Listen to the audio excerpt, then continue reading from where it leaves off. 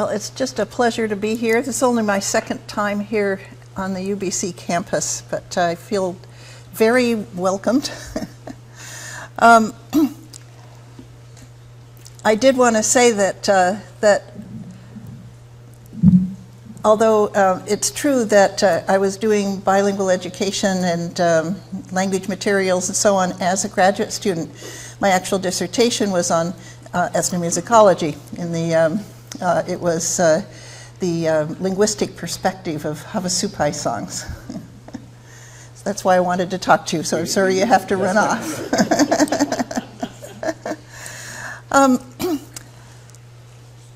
So I'm talking about what counts as success in language revitalization. And I thought I'd start out with a couple of quotes from people who were talking about failure in language revitalization. One was from Joshua Fishman, a very famous quote, saying, "The landscape is littered with the relatively lifeless remains of societally marginalized and exhausted RLS movements," that's revitalization movements, "that have engaged in the wrong front without real awareness of what they were doing or the problems that faced them."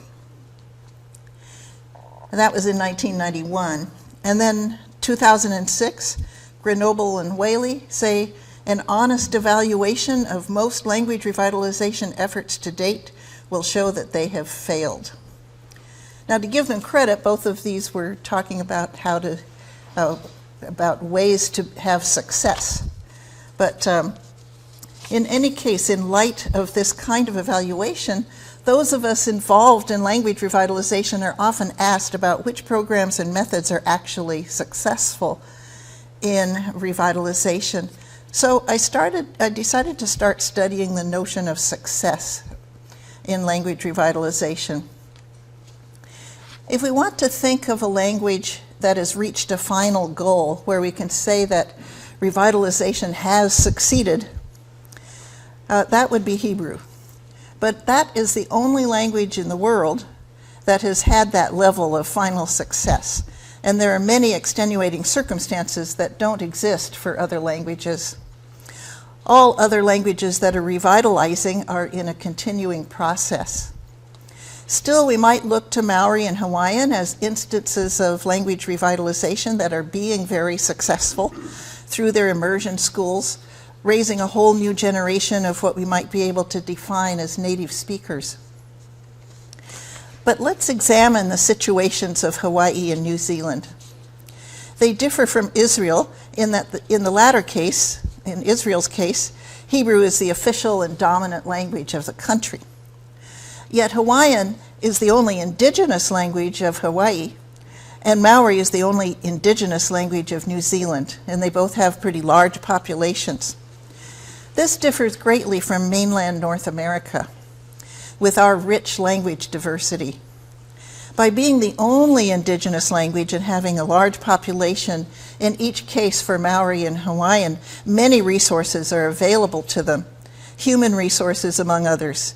They're endangered in that at some point the older generation stopped successfully transmitting the language to the younger generations, but they still had a large number of speakers to start with when they began to get serious about language revitalization.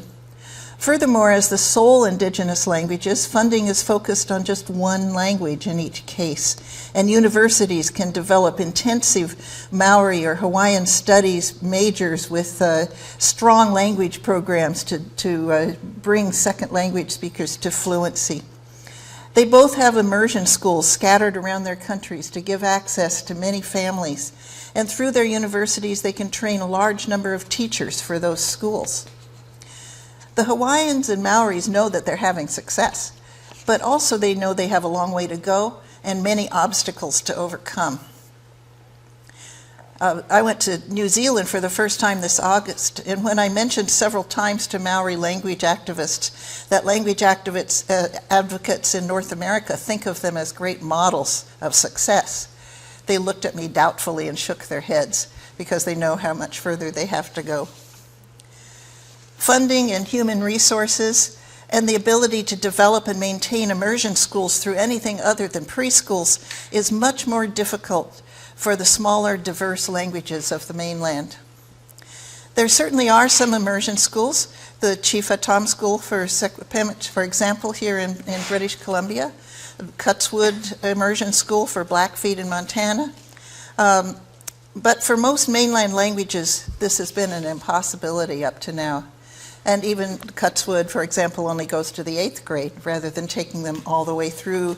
Whereas in Hilo, Hawaii, you can go all the way through the 12th grade, and then you can major in Hawaiian studies and take most of your classes in Hawaiian.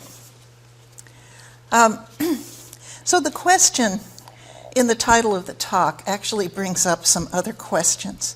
What does success mean? Can we talk about success in diverse areas like British Columbia and California? And what counts as language revitalization, and who decides?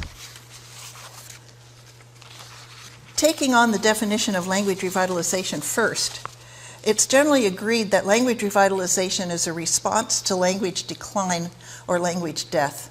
And here are a few one-sentence definitions. So Lena Huss of Uppsala University in Sweden defines it as revitalization is commonly understood as giving new life and vigor to a language that has been decreasing in use or has ceased to be used altogether.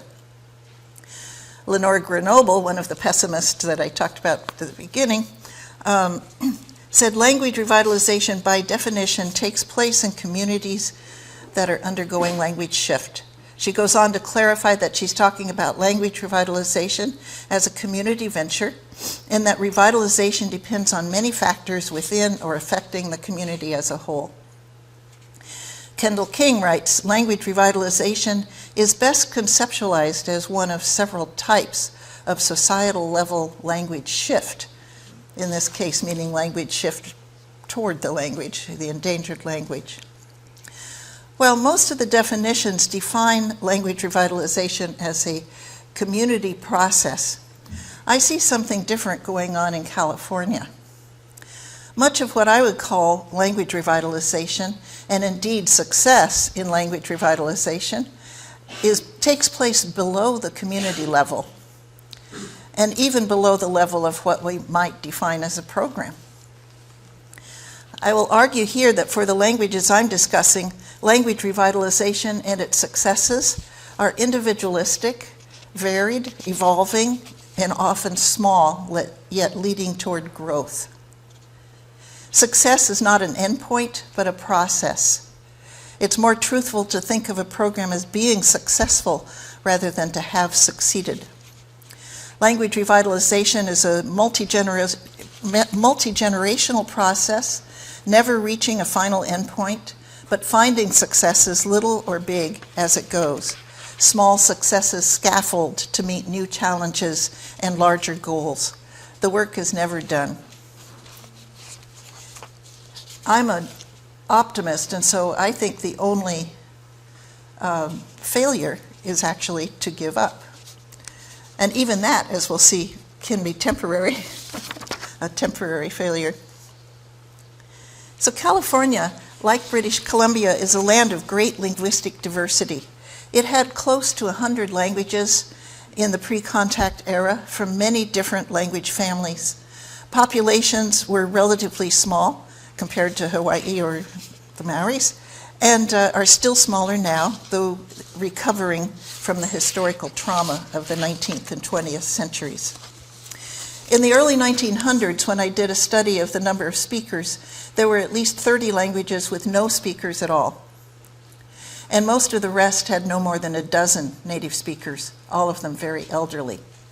So all the languages of California are deeply endangered. But I want to just tell a few stories about the process of language revitalization in California. In fact, I thought I would tell, when I was first writing this, 7 or 8 stories, but I think I'm down to 2 before I run out of time. So I'd like to talk first about the Tolowas. Language revitalization among the Tolowas, and the Tolowas are, Tolowa is an Athabascan language spoken in Northern California. It began long before the term language of revitalization arose. with Eunice Steinberg, a cultural and political leader among the Tola. Here's her success story. And I'm going to go to a picture here of Eunice. That's Eunice with her son and her grandson beside her. She passed away just a couple of years ago. Besides her strong political efforts to protect the tribe's land and human rights, she lobbied her elders and succeeded in bringing back the Nidash ceremonial dance, which stopped being held in 1923 after a series of massacres and other atrocities, and the last dance itself being broken up by white vigilantes and declared illegal by the authorities. But in her obituary, there's a quote from Cheryl Steinruck, a relative of hers, a younger relative of hers, who was raised in the Nidash ceremonial dance. She started by teaching children the dance. She said she was looking up, this Cheryl, at an audience while practicing Nidash, and everyone was crying. She thought, wow, we're really bad. But the reality was that the audience was overwhelmed. They hadn't seen that dance since 1923, when the religious practice was outlawed, and they were thankful that the younger generation was learning and doing it right, Steinruck said. As for language, Eunice taught language classes as early as the 1960s and 70s. She gave every opportunity to her children to learn the language. Her son Lauren, on the right, her son Lauren had a special passion and ability to learn the language, and so she would take him to lunch with the elders every week, even as a child, so that he could be exposed to more. And so this is Lauren's success story. Lauren grew up as a fluent and continually learning and practicing speaker. When I first met him, everything he said was in Tola first, even in a one-on-one conversation with non-speakers like me. He explained that he didn't have many people to speak to, but he wanted to speak Tolowa as much as possible, so he devised this way to do it. He also said that this practice helped him realize what he didn't know how to say, so then he would make a mental note to ask the elders about it. He had a teaching credential and taught Tolowa in the Del Norte High School, where both he and his mother had attended and graduated. He also took some time off from teaching to go to the University of Oregon for an MA in linguistics. He's now considered the only fluent native speaker of Tolowa, a master basket maker and a ceremonial leader, and still deeply involved in language work. He's created a writing system for Tolowa, a dictionary, and many language materials, and has paved the way for an immersion preschool, although it hasn't come yet for reasons I'll mention. Now I want to talk about Piowa, the third person in that picture. Lauren's son Piowa grew up deep in the revitalized ceremonial traditions of the Tolowa Nation. Piowa described his childhood in a recent conference, saying that ceremony was not optional in his family, it was required. On weekends, there was no option to stay home and watch TV. The family went to ceremony. But he said language was optional. The children did not grow up knowing or using the language other than taking Lauren's high school class when they went to Del Norte High. The high school classes never did lead to anyone becoming fluent, he says. They were like other high school language classes where you learn some grammar, writing skills, and vocabulary, but not the actual practice of using the language in daily life. This was a very common phenomenon in the earlier days of language activism, where the focus was on language classes or bilingual education, and use of the language at home with one's children was just considered up to the family. All over North America, including the teachers and the leaders, often just did not use it at home. All over North America, languages were dying out in the home, even as they were being taught in the school. So, Piowa's wife, Ruby, was interviewed by Mickey Ellinger, published in News from Native California. She described the event that changed Piowa's life. Piowa grew up hearing the language because his dad speaks. but he didn't retain the language. This is her quoting. He didn't retain the language because there wasn't time specifically dedicated to language use in the family. He grew into a passive speaker rather than an active language user. He was getting this idea that maybe he should work on the language, and then he happened to be in a plane crash, and he almost died. It was a horrific experience. As soon as he came out of the damaged plane, he said, "I need to speak my language." That's when he started, and that was the year before they got married. So, as an aside, the next act in this history brings in the group I work with, the Advocates for Indigenous California Language Survival. Our group was formed in 1992, in the decade when language revitalization started to be called language revitalization. We developed several programs, and the two that are relevant here are the Master Apprentice Language Learning Program, and mentioned in the introduction, and the Breath of Life Language Restoration Workshops. We'll talk about Breath of Life later. The Master Apprentice Language Learning Program has been popular in California and elsewhere, including here in British Columbia, where it's often called the Mentor Apprentice Program. It's taught at UVic and practiced by First Peoples Cultural Council, who support quite a few teams from different languages. Actually, Lauren Bommelin was one of the inspiring models that we designed the program around. Like his constant effort to practice the language in daily life and to ask for language from elders, the Master Apprentice Program focuses on the apprentice as an active learner or language hunter, as it's called in Where Are Your Keys method. And the apprentice asks for language and learns to use language in the context of daily life. Piowa's drive to learn the language brought him, with Lauren as his master speaker, to the Master Apprentice Program. And ever since the 3-year program with the Advocates, he and Lauren speak in Tola to each other all the time, and Piowa has been completely comfortable in the language. Piowa also followed in his father's footsteps and got a master's degree in linguistics at the University of Oregon.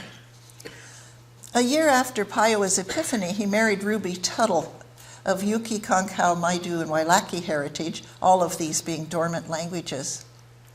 As soon as she got pregnant, she realized she needed to learn Tolowa, even though it was not a language of her own heritage, so that her kids would learn too. Think back to Eunice's revival of ceremony now. The interview of Ruby brings out how the ceremonialism became an important actor in language revitalization.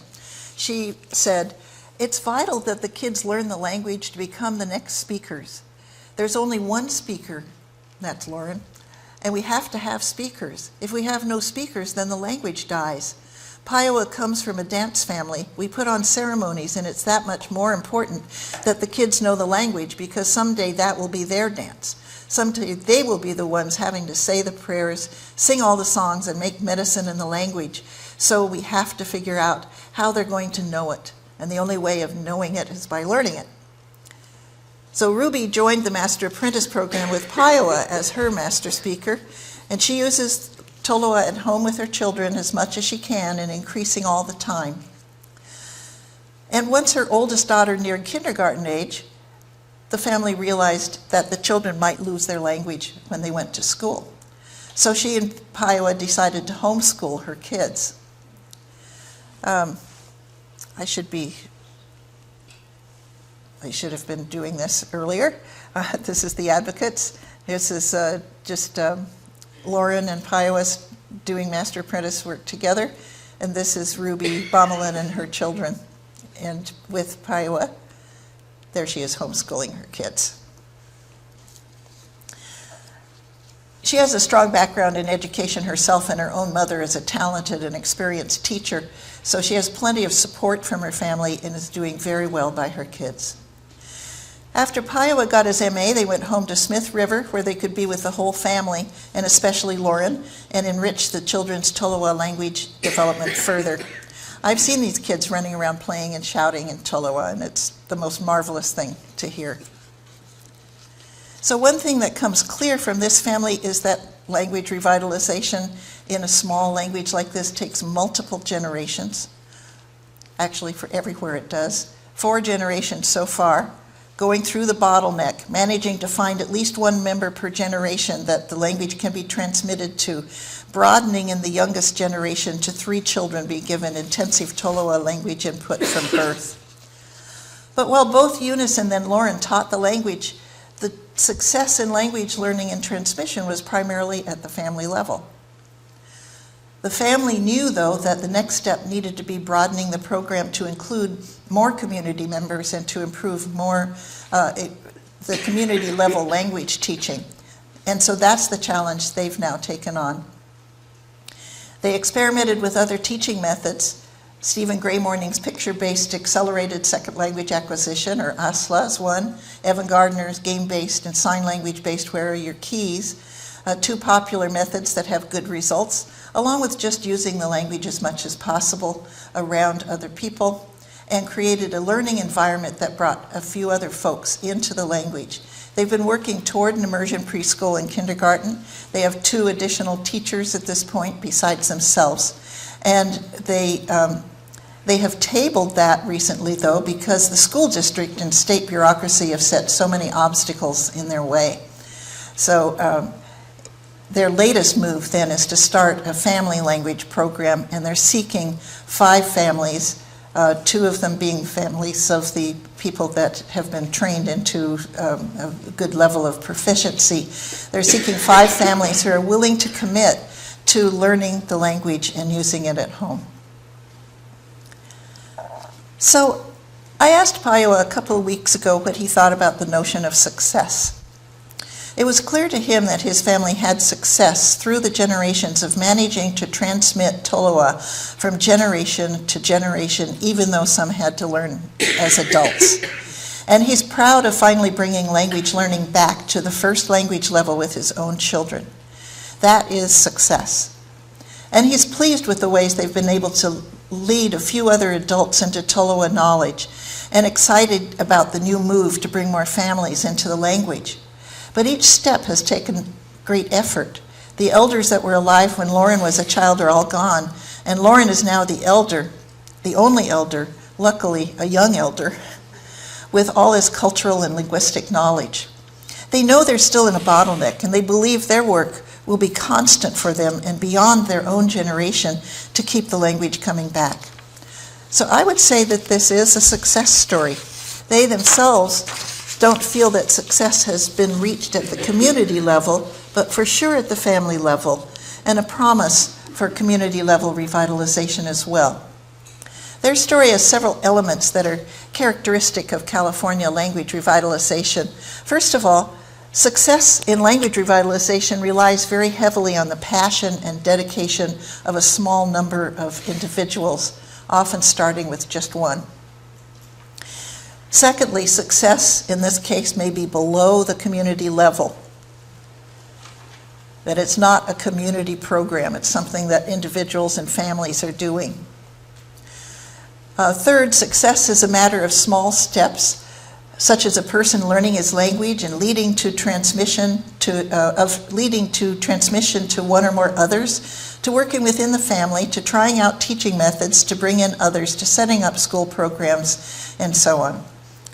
Creating fluent speakers is more readily done at the family level than in teaching classes, though language classes may lead some students to develop that passion and dedication that we've talked about to do more. Setting up immersion schools is a hard uphill climb, not just because of scarce resources, but also because educational laws don't support it, at least not in California. So a great deal of energy has to be put into changing laws. If the same people who want to teach also have to battle the legal system, it may be just too much. Another point is that homeschooling is an option in California, and the educational laws allow this more readily. Finally, support for language revitalization in linguistically diverse areas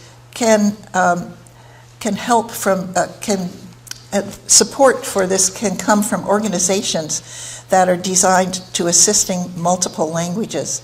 So the Advocates does this in California, and the First Peoples Cultural Council does this in British Columbia. There are many others too. So the Advocates have trained multiple master apprentice teams from some 35 or more California languages, and each has its own story. Each language in California where language revitalization efforts are being made is taking its own path, but with its own unique advantages and problems, with its own twists and turns. The Master Apprentice program depends on having fluent speakers available, so all those languages without speakers have to follow a different path to language revitalization. So I'd like, as my second example, to talk about one case where learning has to take place entirely from documentation. The Chochenyo language was the local indigenous language of Berkeley, where I live, and the East Bay. It's a Costanoan language, which is a family of 5 or so related languages spreading from San Francisco and Berkeley south as far as Monterey. California was once part of Mexico, and the first big blow to the indigenous languages there came with the Mexican program of establishing hegemony over the land through setting up missions. The missions never got as far northern California, but the whole lower half of California was missionized. The missions brought with them disease. As much as 90% of the populations died. They also brought slavery, essentially forcing the native people to live at the missions, thus opening up land for settlement by Mexicans and to work there. They also brought the Christian religion to replace the ceremonies and belief systems of the people. The Chochenyos were brought into several missions of the Bay Area along with other tribes, and this was the first phase of the history that led to language death. The last speaker of Chochenyo died about 75 years ago. But linguists worked with the last speakers, the most prolific worker being J.P. Harrington, famed in California for his massive documentation of many languages during the first half of the 20th century, coming to over 1 million pages of scrawled field notes. Language revitalization in Chochenyo has so far had 2 phases, with a pause between. The first phase was in the early 2000s. Another factor in California languages is that many tribes are not recognized by the federal government. The various former villages that spoke Chochenyo is an example of this. There's a process very long and difficult of applying to the government for tribal recognition, and a group of Chochenyos have formed and named their tribe the Muwekma tribe, Muwekma meaning people. This tribe has been working toward federal recognition with the help of anthropologists. They have to prove their ancestry, their continuous existence as a group with cultural distinctiveness, including language. So language revitalization then has been part of this. But this does not necessarily mean focusing on getting new speakers. So there can be other motives and other kinds of language revitalization as well. Their anthropologist, Alan Leventhal, has, for example, been working with the tribe on claiming land by renaming Chochenyo, in Chochenyo, renaming mountains, hills, ridges, and so forth, and then applying for them to become official. They also set up an exhibit at UC Berkeley in the Bancroft Library one year about their language and culture. All of these are revitalization for a specific purpose of demonstrating their continued existence and working toward federal recognition. But for some years, they also worked with linguist Juliette Blevins, who worked from the documentation to develop excellent language lessons and materials, and at least 3 people became quite proficient in the language. Some discouraging events, however, made the program lose steam. The next stage of language revitalization began independently some years later. In 2011, Vincent Medina became interested in the Chochenyo language. At that time, the Muwekma program was quiescent, so he struck out on his own. And in 2012, he came to another program that the advocates have developed. The Breath of Life Language Restoration Workshop was, we call it BOL, I think I'll say that from now on, was developed by the advocates and is held biennially on the UC Berkeley campus. It's a week-long workshop developed specifically for California Indians who have no speakers. About 40 to 60 California Indians come each time. An increasing number of people apply, so nowadays we can only accept about half the people that want to come to learn how to negotiate various archives on campus, to find materials on their languages, and to learn how to use them for the purpose of language revitalization. Each language group is given a linguist as a partner.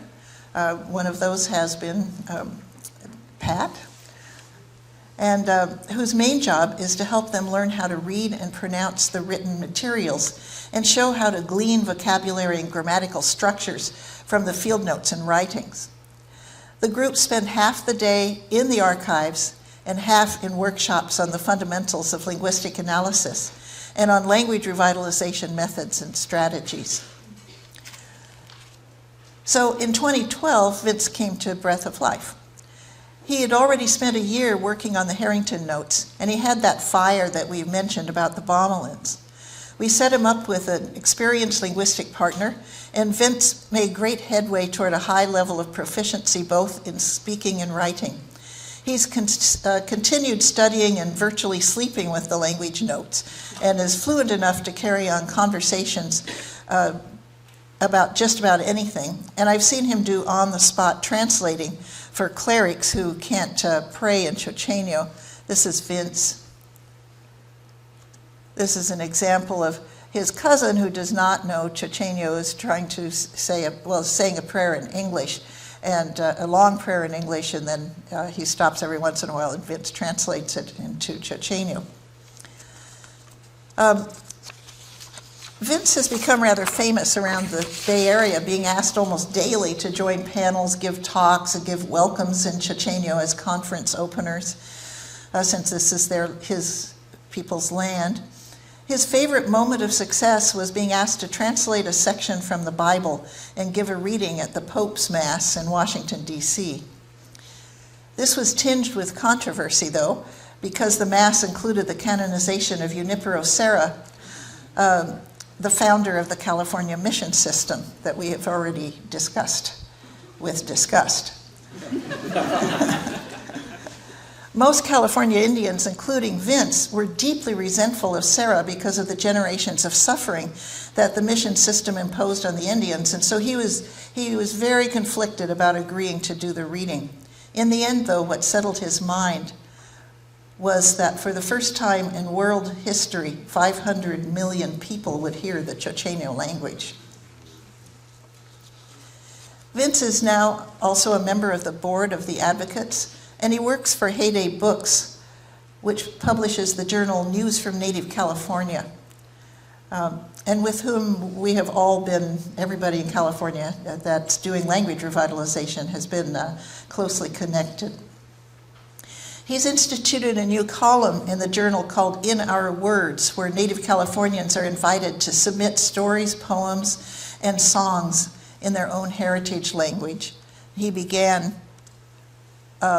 this is just a little excerpt from Chochenyo that he started the column with himself. And no translation is provided except on the web, so translations into English can be found online. Like the 500 million people listening to Chochenyo, he just wants the language to speak for itself. He's also gotten together with the other 3 advanced learners. Remember them? Remember we said that program kind of stopped for a while. And they carry on conversations together in Chochenyo. And Vince has been invited to become the language teacher now for the Muwekma tribe. So what we see is a revitalization of a revitalization program that ceased for a while.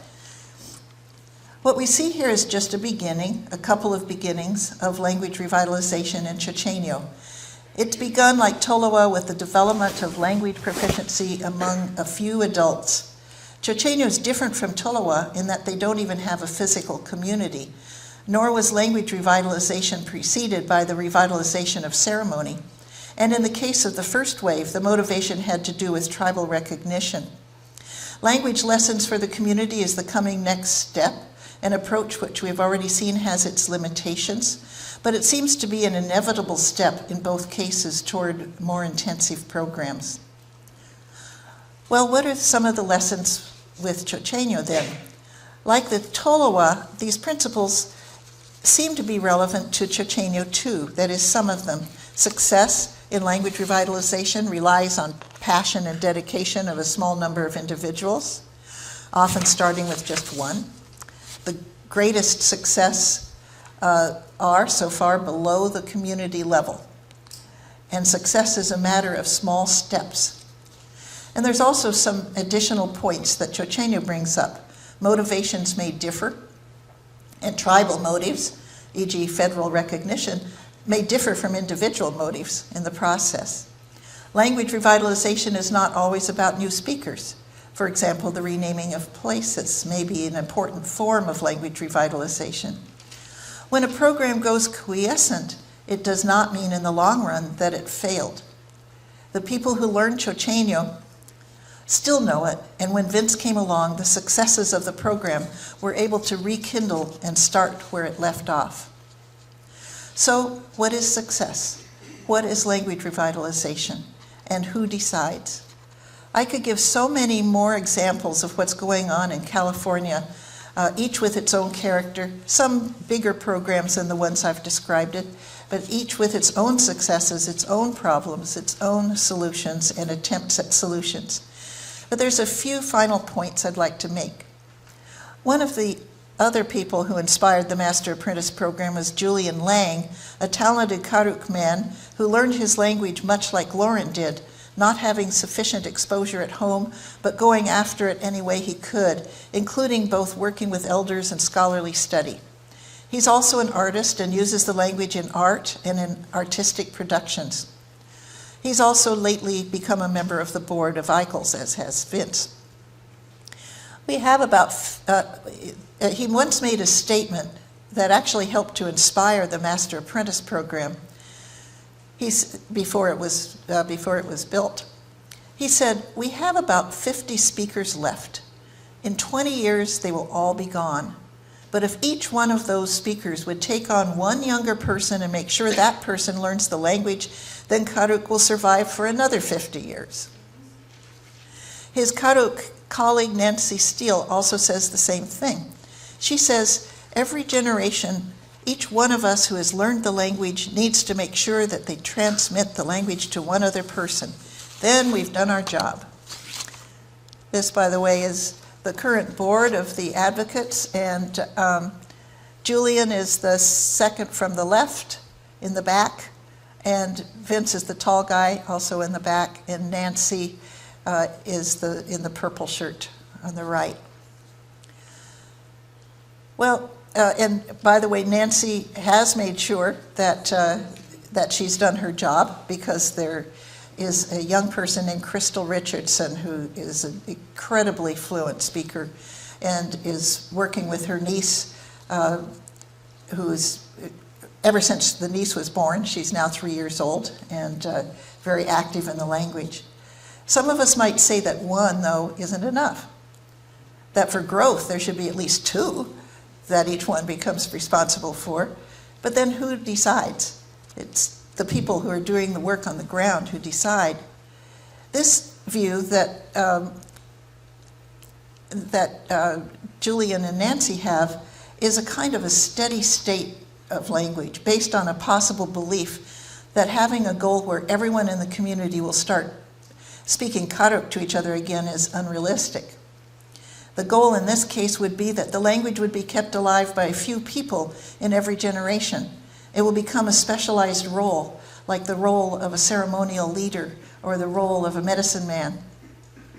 Some people might say this isn't language revitalization at all, but rather we're going back to language maintenance, but at a lower, steady level. But then again, who decides?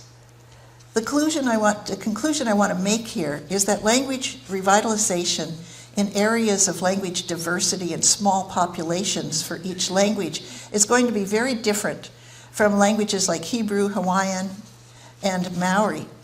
In areas of diversity, success in language revitalization tends to be individualistic, multi-generational, and often lives below the level of community and resides in families and individuals instead. It's more individualistic in that people need to find their own bootstrap methods for developing fluency, and the pathways followed differ from group to group and time to time, depending on their situation. Immersion schools may be an impossibility for most groups, but family-based language revitalization seems to work very well for them. And new ways of supporting the endangered languages of a diverse area need to be developed. Organizations like ICLS, like the Advocates and the First Peoples Cultural Council, and others that exist around North America, and Australia as well has the Resource Network for Linguistic Diversity. They are an innovation that arises specifically in areas like our respective areas. And finally, what counts as language revitalization has many different policies, many different possibilities. And revitalization has no stopping point, no end point where someone can say, we have succeeded. It's a continuation of small steps scaffolding on each other, different steps depending on evolving goals. All endangered languages are by definition inside societies where another language or languages are dominant. And the dominant language is a continuous threat to the use of the smaller language. So the effort must always continue. And the only failure is to give up. And even that, as we saw with Chochenyo, may not be a permanent failure. Thank you.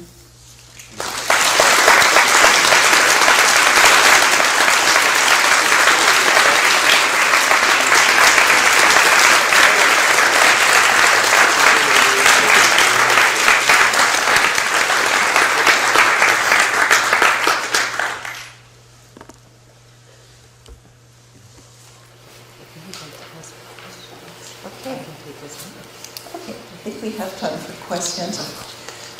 So if there's any questions, we have the mechanism for you to ask them.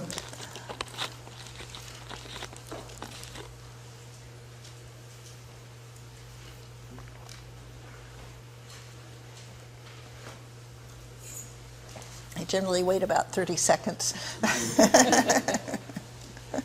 before giving up on questions. Yes? In the first sort of success story example you gave us, I think, Tola, I was wondering, so Eunice, she wasn't a speaker. If you could clarify that. And also I was just curious about the relationship between the ceremonial dance and the language in that case. Right. I believe she was not a fluent speaker. At least that's what I had always heard. It's on. Oh, okay. That's what I'd always heard, but I read an obituary that said she was a fluent speaker, so I'm not actually sure now. And then the role of ceremonialism came into language because language is such a strong part of the ceremony, and this is what motivated Ruby to start homeschooling her kids and making sure that they learned the language, so that because they are going to inherit the ceremonial leadership. They're the family that does those ceremonies. There can be other things that are important too. Not every group has to have ceremonialism, but often, in this case, ceremony was revitalized before language was revitalized, and you can see how it's had a very positive influence on the language.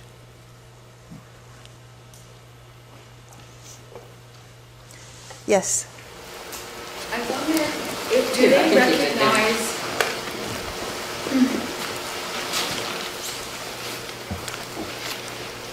recognize in those tribes there an old language?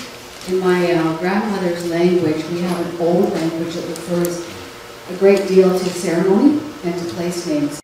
Our people are not on the land anymore and not practicing necessarily those particular ceremonies anymore. And then even like the eagle, all the other birds' wings is just a wing. But the eagle's wing is sacred wing. It's got its own word. And so every part of an eagle's body has its own word because it's sacred. So even though we're working really hard in both my mother and father's languages to try to preserve them and to revitalize them, what we have almost completely lost in my grandmother's language is that old language, because she's passed on and her whole generation pretty much is gone. Even when I was in my 20s, she only had one other person to talk to, and that person was in Montana. So they could only talk once in a while, and we recorded her talking. But all the fluent speakers today can only catch every third or fourth word to kind of get a sense of what she's saying, but we don't really totally know what she's saying. So it's like, we've lost that. So I always ask that question of people that are working in language in the other different tribes, is that recognized, have they determined that in their language and what's going on with old language in those tribes? Right.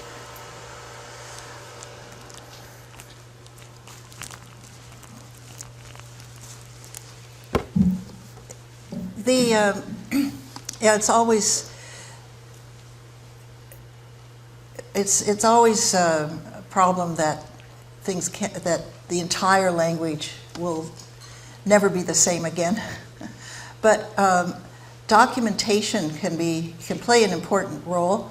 If for example, the ceremonies were documented by anthropologists, and the language was partly documented or fully documented along with the ceremony, then sometimes the ceremonial language or the old language can be revitalized as well.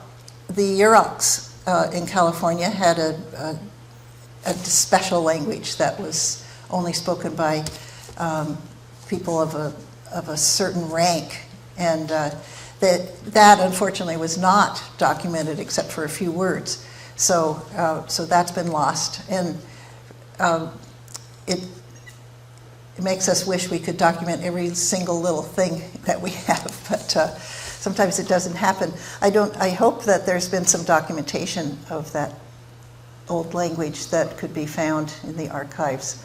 The Chocheños have found that there's quite a bit of documentation on things that would otherwise have been lost in terms of ceremony, or were lost, and that and the Northern California people, including the Toloas, have come down to the Berkeley Museum to look at regalia and have revitalized regalia, that they had completely lost that.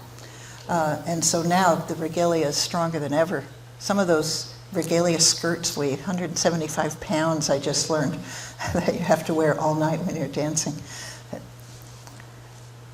So in revitalization, documentation is often extremely useful.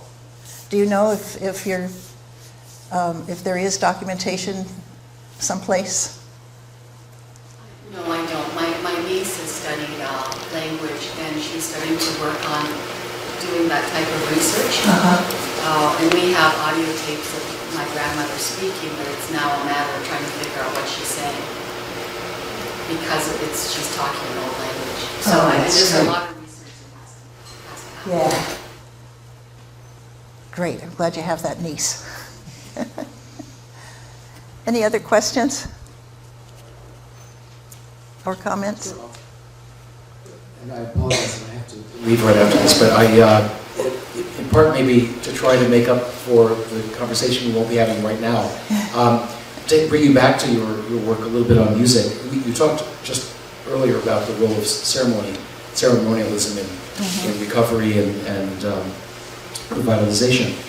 Have there been strategies used that go further out into the use of music theater, other formulaic linguistic expressions in retention or in revitalization? Have there been music strategies used?